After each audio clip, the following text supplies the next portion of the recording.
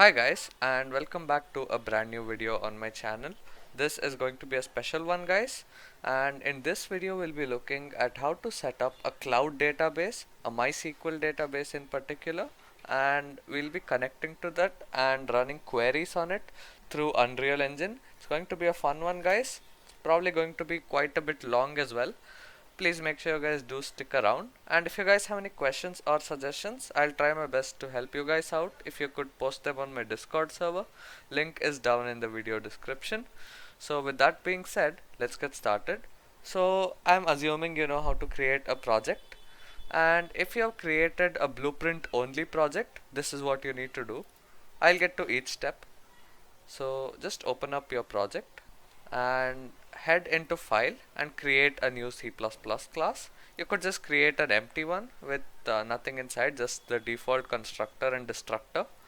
So once you do that, you should find your .sln file, and if you don't, just right click and generate Visual Studio project files. Make sure your editor is closed, and once you're done with that, just create another new folder and call this one plugins. Now inside of here, you need to install the plugin. Now the link to this is down in the video description. You can download it and extract it here, or if you're a person who's used to C++, you could just head into your Visual Studio project, and inside of the terminal over there you could just run the clone command and you could get it. So either way it's fine. You could either clone it or you could just unzip it, completely up to you. Now I've just deleted the default code because I really don't need anything.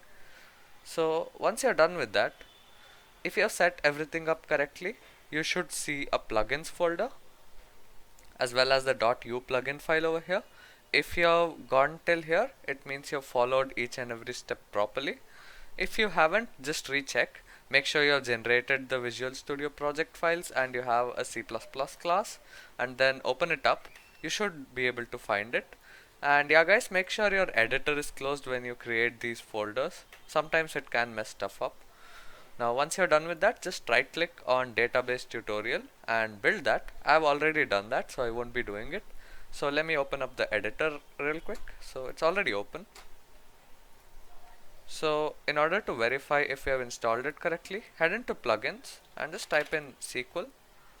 So you should find MySQL connector UE4 plugin. So if this is enabled, it means that you have installed the plugin correctly. Now let's actually begin by setting up the functionality.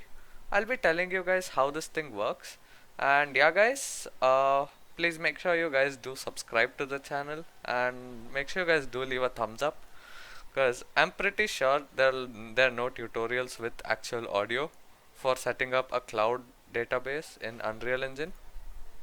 Now although I'll be doing this for a free service, you could technically expand it to any MySQL database if you can actually get the credentials and the host name. So if you have any sensitive data, don't use the one I'm using in this video, but otherwise it's completely fine.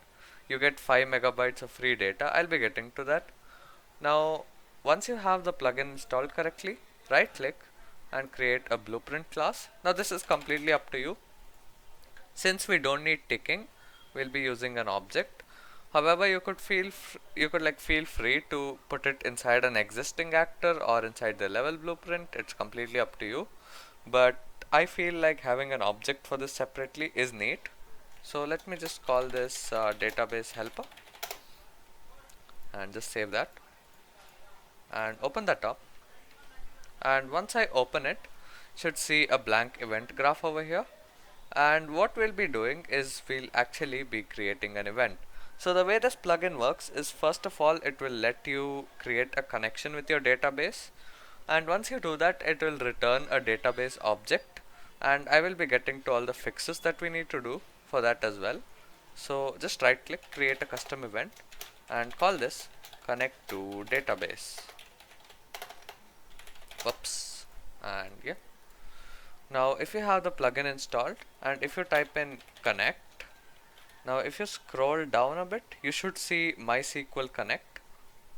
Just drag this in, and what you can do is you can promote this to a variable, and you would see that you cannot. Now the reason this is happening is because this object, this class I should say, the class from which this object is created, this class is actually not marked as blueprintable, and people get confused here. This is something that you need to know. If you ever encounter something like that in a plugin, just head into the source, and if you open it up inside the public section, so inside the connection.h, you'd see the MySQL connection U object.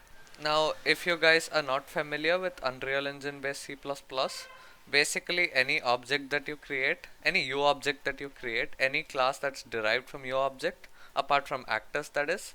So actors are going to prefix with A, and as you can see, this prefix is with U. And if you head back into your editor, now the guys who are actually familiar with all this stuff, you can just skip ahead by a few seconds. So if you just hover over this, you'd see it says MySQL connection object reference.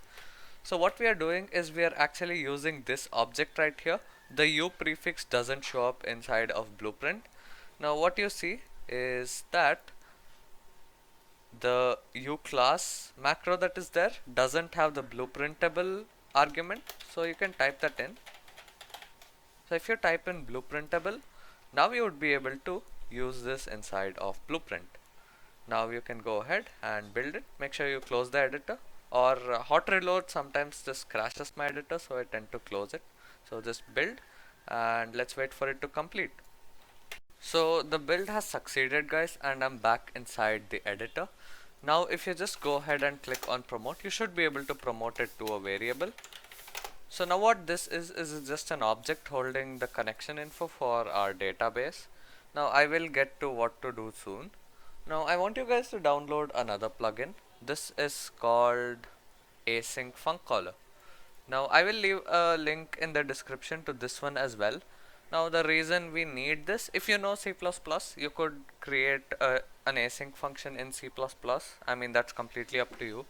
Now the reason we have to do it is that this is going to run on the game thread. Now for you guys who are familiar with this, you could skip ahead a few more seconds, and I've already installed it, so you can just click on enable and restart the editor. And I'll just explain what I mean by game thread as well as running a function asynchronously. So the gist of it is that when a function or a macro or anything in the event graph runs, so it basically runs on the game thread.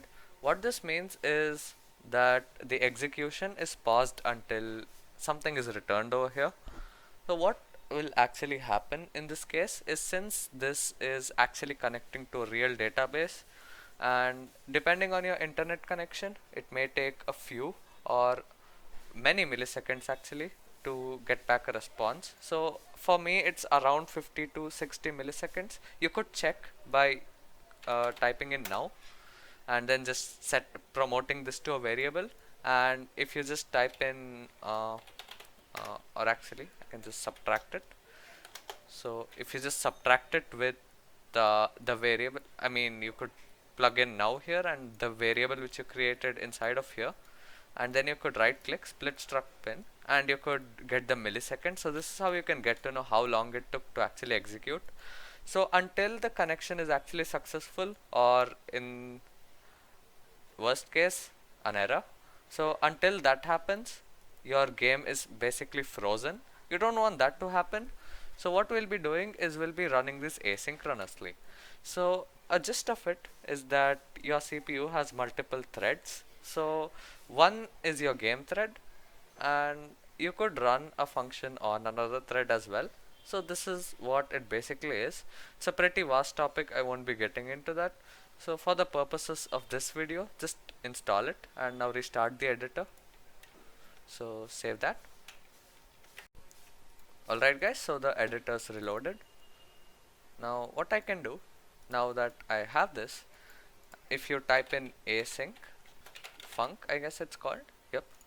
So async func by func name. Now what this will allow us to do is actually take in the function name and call that function on another thread, and then return this execution pin once the function's completed. So instead of doing it here, what I'll be doing is I will be starting an asynchronous function here, and I'll just copy and paste this custom event, and I'll be calling this, oops, I'll be calling this create database underscore internal. Now the internal is just to distinguish, just so that we know which is the function that's actually calling the database. And here we have to just plug in self. So this object is basically the object in which the function which you put in, the name of the function is located in. So in this case it's the same object we are in, so just put in self. So just plug that in, just copy and paste the event name. So once you have that, this is going to run on another thread, so it's not going to pause your game execution. So on complete you could just print a string or do whatever, but what we can do to improve our reusability over here is create an event dispatcher, and we could call this on connection, oops, on connection result maybe, and we could drag this in and we could call it. Now we'll be calling this over here. So if it's a success, we want to somehow notify this that it's a success, so we'll be passing in an input parameter. So pass in a boolean and call this success. Now just refresh all nodes and then just compile it. So it is a success if it comes off of this, and we'll also get our database object.